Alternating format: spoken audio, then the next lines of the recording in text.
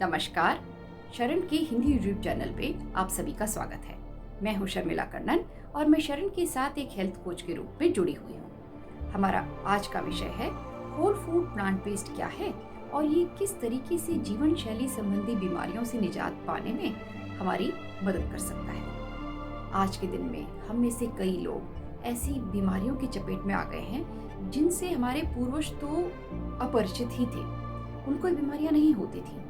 उच्च रक्तचाप, हृदय रोग, डायबिटीज यानी मधुमेह और कैंसर जैसी भयंकर बीमारियों के अलावा गैस, एसिडिटी, कब्ज, ulcerative colitis, Crohn's disease, PCOD, PCOS, hypothyroidism, gout और किडनी डिसीज, इसके अलावा यूरिक एसिड का बढ़ जाना इत्यादि और भी कई तरीके की बीमारियां हैं जो जीवन शैली की वजह से हमें आ रही है।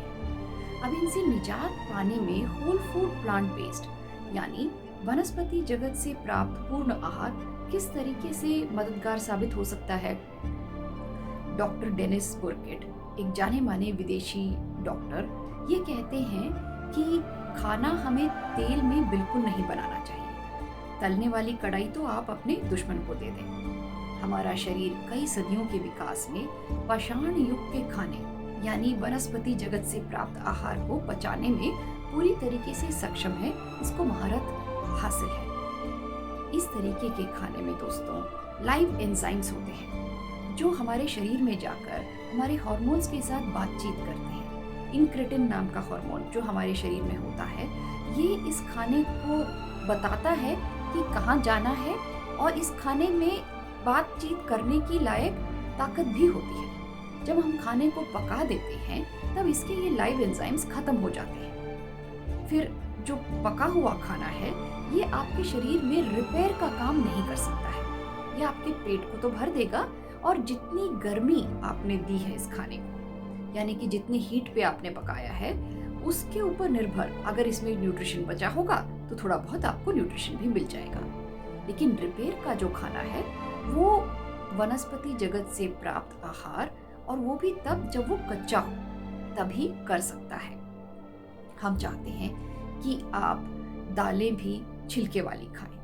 दालों को छिली हुई ना लें, यानी कि मूंग साबुत लें, मसूर साबुत लें। इसके अलावा हम चाहेंगे कि आप फल और सब्जियों को भी जहाँ तक हो सके बिना छिलका उतारे ही खाएं। हमारी आदत है कि हम गाजर मूली को भी छील देते हैं, इन्हें नहीं छीलना है। हाँ, केले का छिलका तो आप उतारेंगे ही, लेकिन चीकू शायद आप कोशिश करें आप छिलके के साथ खा सकेंगे।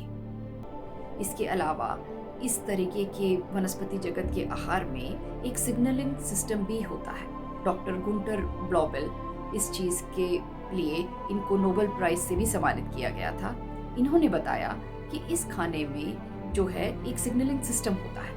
ये खाना हमारे शरीर में जाकर इसको मालूम होता है कि इसको कहाँ जाना है और क्या काम करना है। पक जाने पर ये सिस्टम खत्म हो जाता है।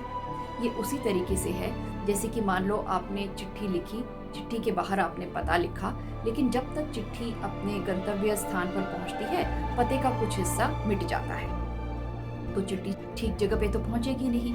यही बात हमारे खाने पर भी लागू होती है।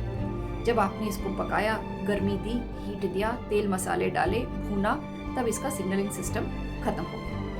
इसीलिए हम चाहते हैं कि जब आप इस आहार पर आएं तो काफ़ी ज़्यादा मात्रा में फलों, सब्जियों का कच्चे में प्रयोग करें। फल तो आप कच्चा खाएंगे ही, लेकिन हम चाहते हैं कि सलाद की मात्रा आपके खाने में बहुत ज़्यादा बढ़ जाए। इसके अलावा जहाँ तक हो सके आपने ऑर्गेनिक लेना है, जैविक खाना। इसमें केमिकल्स नहीं होते।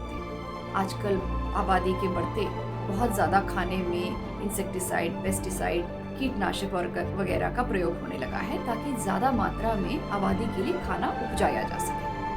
अगर आप कर सकते हैं तो जैविक लें, लेकिन नहीं भी कर सकते तो भी आप सब कुछ ना छोड़ें। जो कुछ कर सकते हैं वो करें।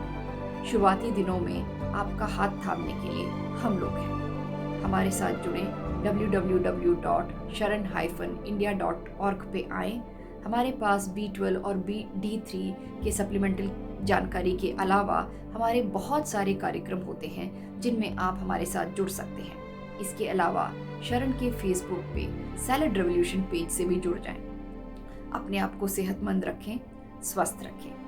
शरण के हिंदी यूट्यूब चैनल पे हमारे साथ जुड़ने के लिए आपका बहुत बहुत धन्यवाद।